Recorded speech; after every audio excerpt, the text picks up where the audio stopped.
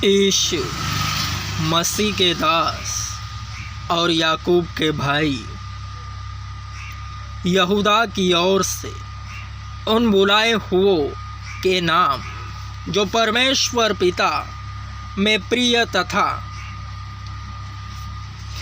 यीशु मसीह के लिए सुरक्षित है।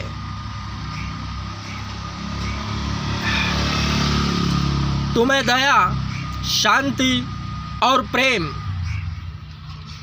बहुतायत से प्राप्त होता रहे। अभक्तों का पाप और दंड। हे प्रियो,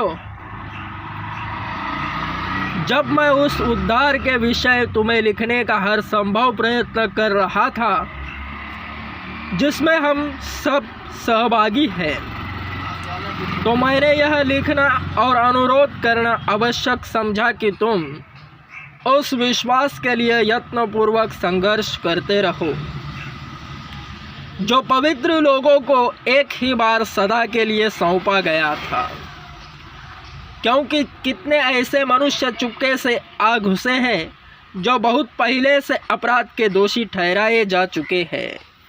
वे अधर्मी हैं।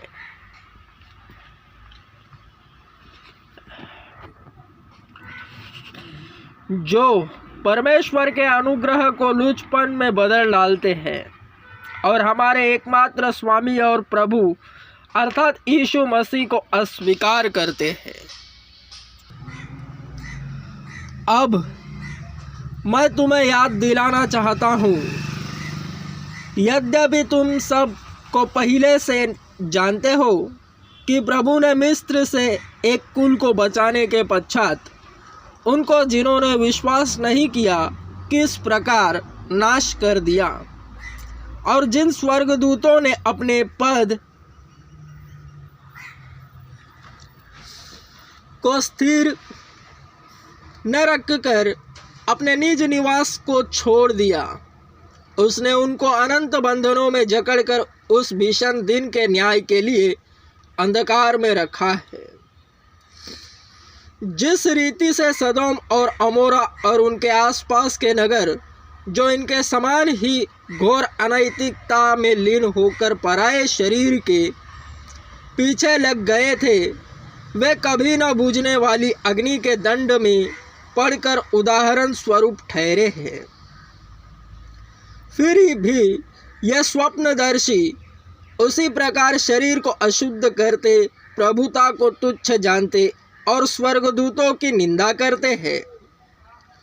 परंतु प्रधान स्वर्गदूत मिकाईल ने जब मूसा के शव के विषय में शैतान से वाद विवाद किया तो अपमानजनक शब्दों का प्रयोग करने का दुस्साहस न किया, पर कहा, प्रभु तुझे डांटे। पर ये लोग जिन बातों को नहीं समझते उनकी निंदा करते हैं और अविवेकी पशुओं की भांति जिन बातों को स्वभाव ही से जानते हैं उन्हीं के द्वारा नाश हो जाते हैं। उन्हें धिक्कार है, क्योंकि उन्होंने कैन का अनुसरण किया और मजदूरी के लिए बिना विचारे बिलाम की सी भूल कर बैठे और कोरह के समान विद्रोह करके नाश हो गए। यह मनुष्य समुद्र तल की छिपी चट्टान है जो तुम्हारे प्रीति भोजों में तुम्हारे साथ निधड़क खाते पीते हैं, केवल अपना ही ध्यान रखते हैं। निर्जल बादल है जिन्हें हवा उड़ा ले जाती है, पतझड़ के फलहीन वृक्ष है जो 2 बार सूख चुके और जड़ से उखड़ गए हैं। समुद्र की प्रचंड लहरें हैं जो फेन के समान अपनी लज्जा उछालते हैं। डावाडोल तारे हैं जिनके लिए घोर अंधकार सदा के लिए ठहराया गया है। हनोक ने भी, जो आदम से 7वीं पीढ़ी में था, उनके विषय में यह नबूवत की, देखो प्रभु अपने लाखों पवित्र जनों के साथ आया कि सबका न्याय करे और सब भक्तिहीनों को उनके सब अभक्ति के काम जो उन्होंने भक्तिहीन होकर किए और उन सब कठोर बातों के विषय में जो भक्तिहीन पापियों ने उसके विरोध में कही है, दोषी ठहराए। यह कुड़कुड़ाने वाले, दोष ढूंढने वाले, अपनी वासनाओं के अनुसार चलने वाले, घमंड भरी बातें करने वाले और अपने लाभ के लिए लोगों की चापलूसी करने वाले लोग हैं। प्रयत्नशील बने रहो, पर हे प्रियो, तुम उन बातों को अवश्य स्मरण रखो जिन्हें हमारे प्रभु यीशु मसीह के प्रेरित पहले ही से कह चुके हैं। वे तुमसे कहा करते थे, अंत के दिनों में ऐसे ठट्ठा करने वाले होंगे जो अपनी अभक्तिपूर्ण बुरी अभिलाषाओं के चलाए चलेंगे। ये वे हैं जो फूट डालते हैं, ये सांसारिक एवं आत्मा रहित है।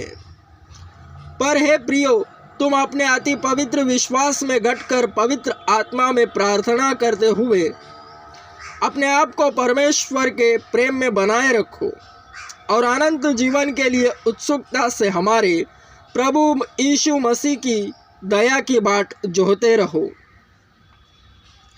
जो संदेह करते हैं उन पर दया करो, औरों को आग से झपट कर निकालो और डरते हुए अन्य लोगों पर दया करो, यहाँ तक कि शरीर द्वारा कलंकित वस्त्रों से भी घृणा करो।